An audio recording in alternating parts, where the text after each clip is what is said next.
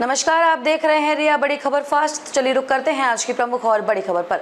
जम्मू कश्मीर से हटाएंगे अफस्पा, सैनिक भी बुलाए जाएंगे वापस, अमित शाह ने किया बड़ा वादा।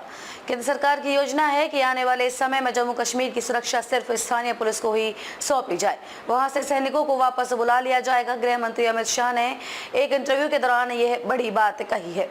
उन्होंने कहा कि केंद्र सरकार जम्मू कश्मीर से सशस्त्र बल विशेष अधिकार अधिनियम को वापस लेने पर विचार करेगी। शाह ने यह भी कहा है कि सरकार की योजना केंद्र शासित प्रदेश में सैनिकों को वापस बुलाने और कानून व्यवस्था को अकेले जम्मू कश्मीर पुलिस पर छोड़ने की है। उन्होंने कहा, हमारी योजना सैनिकों को वापस बुलाने और कानून व्यवस्था को जम्मू कश्मीर पुलिस के हवाले करने की है। पहले जम्मू कश्मीर पुलिस पर भरोसा नहीं था, लेकिन आज वे अभियान का नेतृत्व कर रहे हैं। विवादास्पद अफस्पा पर गृह मंत्री ने कहा, हम अफस्पा हटाने के बारे में भी सोचेंगे। गृह मंत्री का यह ऐलान जम्मू कश्मीर के लिहाज में अहम है, क्योंकि वह लगातार मांग होती रही है कि अफस्पा को हटाया जाए और आम शहरी एवं ग्रामीण इलाकों में सेना की तैनाती न रहे। क्या है अफस्पा? अफस्पा अशांत क्षेत्रों में सक्रिय सशस्त्र बलों के कर्मियों को लोक व्यवस्था कायम रखने के लिए आवश्यकता होने पर तलाशी लेने, गिरफ्तार करने और गोली चलाने की व्यापक शक्तियां देता है। शाह ने पहले कहा था कि पूर्वोत्तर राज्यों में 70% क्षेत्रों में अफस्पा हटा दिया गया है।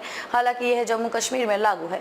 जम्मू कश्मीर और पूर्वोत्तर राज्यों के विभिन्न संगठनों और व्यक्तियों ने अफस्पा हटाने की मांग की है। कश्मीर में कब होंगे चुनाव?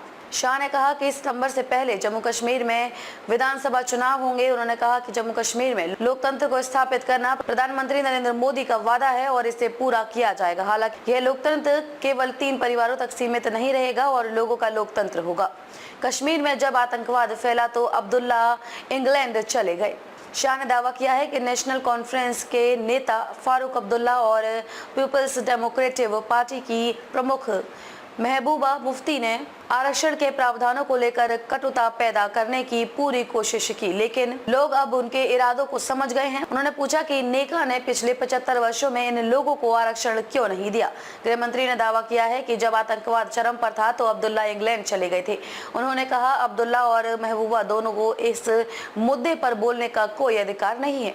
शाह ने यह भी कहा कि बातचीत की प्रक्रिया में दुर्यता कॉन्फ्रेंस का कोई स्थान नहीं है। पीओके हमारा है, यहाँ के हिंदू और मुसलमान भी। इंटरव्यू के दौरान अमित शाह ने पाकिस्तान अधिकृत कश्मीर और भारत का अभिन्न अंग बताया है। उन्होंने जोर देकर यह भी कहा कि वहाँ रहने वाले मुस्लिम और हिंदू दोनों ही भारतीय हैं।